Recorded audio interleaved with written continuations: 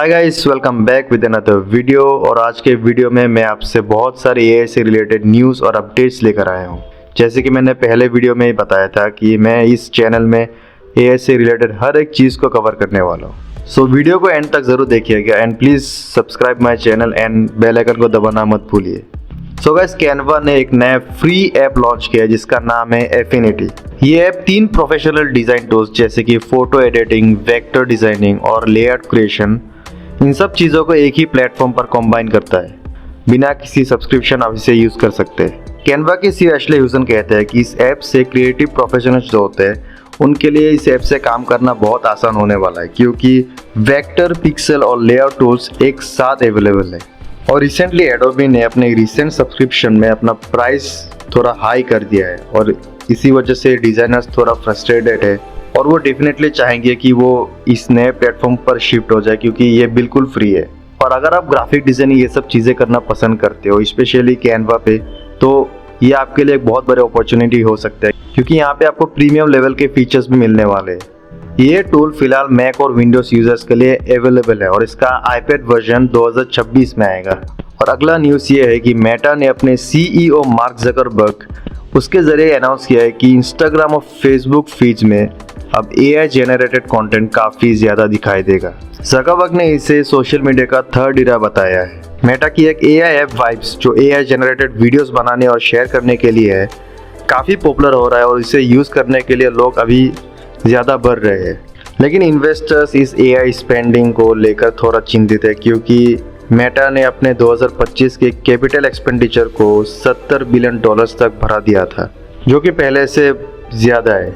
इस वजह से मेटा के शेयर्स गिर गए हैं। कुछ एनालिस्ट इस स्पेंडिंग को मेटा के पहले मेटावर्स इन्वेस्टमेंट्स जैसे रिस्की देख रहे हैं। ज़करबर्ग ने कहा है कि डिमांड हमेशा बड़े इंफ्रास्ट्रक्चर से ज़्यादा होता है, इसीलिए आगे भी इन्वेस्टमेंट करना ज़रूरी है। ये एआई स्पेंडिंग टेक इंडस्ट्री में एक नया ट्रेंड है जिसमें गूगल, माइक्रोसॉफ्ट, अमेजन भी भारी इन्वेस्टमेंट कर रहे हैं, लेकिन प्रॉफिट पाने का एग्जैक्ट टाइम अभी अनसर्टेन है। बढ़ते अगली न्यूज़ की तरफ, which is about iPhone 17।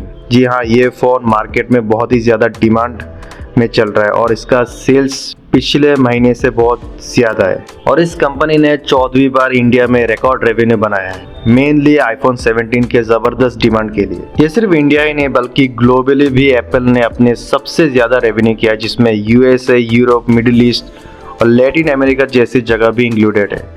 Tim cook ने बताया कि इस डिमांड की वजह से एप्पल ने अपने रिटेल स्टोर्स और लोकल मैन्युफैक्चरिंग पे भी फोकस किया, जिससे उन्हें ज़्यादा ग्रोथ मिला है। इस फिगर से एप्पल इंडियन मार्केट में अपनी पोजीशन और मजबूत बना रहा है और यह ट्रेंड कंटिन्यू होने की उम्मीद में है। और आखिर में ईवीस यानी इलेक्ट्रिक व्हीकल्स, इससे जुड़े भी कुछ न्यूज़ है कि कर्नाटका गवर्नमेंट ने एक नया प्लानिंग किया है कि वो 1500 नए public high capacity EV charging stations बनाएगी, जो ईवी इंफ्रास्ट्रक्चर को और मजबूत बनाएगा। तो जो भी ईवी लवर्स उनके लिए अभी ऑप्शंस भरने वाला है, तो उनके लिए एक बहुत बड़ी खबर है, क्योंकि ये गवर्नमेंट ने एक बहुत ही अच्छा स्टेप लिया है and I think in the upcoming years they will keep on increasing this stations. और बात करते हैं अगर चाइनीज ईवी के बारे में, तो चाइना अभी भी लीडिंग पोजीशन में in terms of sales in electronic vehicles, और चांसेस ये है कि 2035 तक वहाँ के ट्रेवल का 45% इलेक्ट्रिक होने की उम्मीद में है।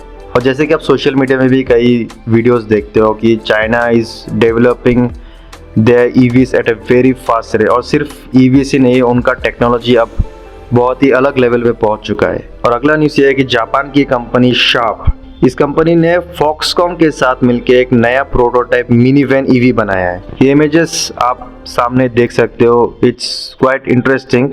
और जापान ने शायद ये बहुत ही अच्छा अप्रोच लिया, क्योंकि इससे वो कुछ नया एक्सपेरिमेंट करने की कोशिश कर रहे हैं और ये बहुत ही अच्छा डिसीजन लिया गया है। इसके अंदर जो कैबिन है वो लाउंज स्टाइल बनाया गया है, ताकि लोग अंदर एंटरटेनमेंट और प्रोडक्टिविटी दोनों काम कर सके।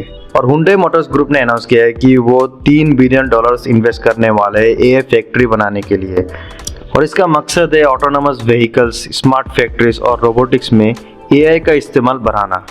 मतलब फ्यूचर की गाड़ियाँ और फैक्ट्रीज ज़्यादा इंटेलिजेंट और ऑटोमेटेड हो जाएंगी। तो फिलहाल हमें ये देखने को मिला है कि जितने भी बड़े कंपनीज है वो एआई में बहुत ही ज़्यादा इन्वेस्ट कर रहे हैं, चाहे वो ईवीज हो या फिर बड़े कंपनीज जैसे कि फेसबुक, इंस्टाग्राम। तो आने वाले सालों में शायद हम लोग एक अलग ही लेवल पर पहुंचने वाले विद एआई। जैसे कि मार्क ज़करबर्ग ने कहा that this is the third era, हम सोशल मीडिया के थर्ड इरा में पहुंच चुके हैं। यहाँ पे हमें रियल ह्यूमंस कम एआई ज़्यादा दिखाई देंगे, यानी कि ह्यूमंस से इंटरेक्शन हम लोगों का कम होने वाला है। सो आज के लिए इतना ही। Till then goodbye, see you next video.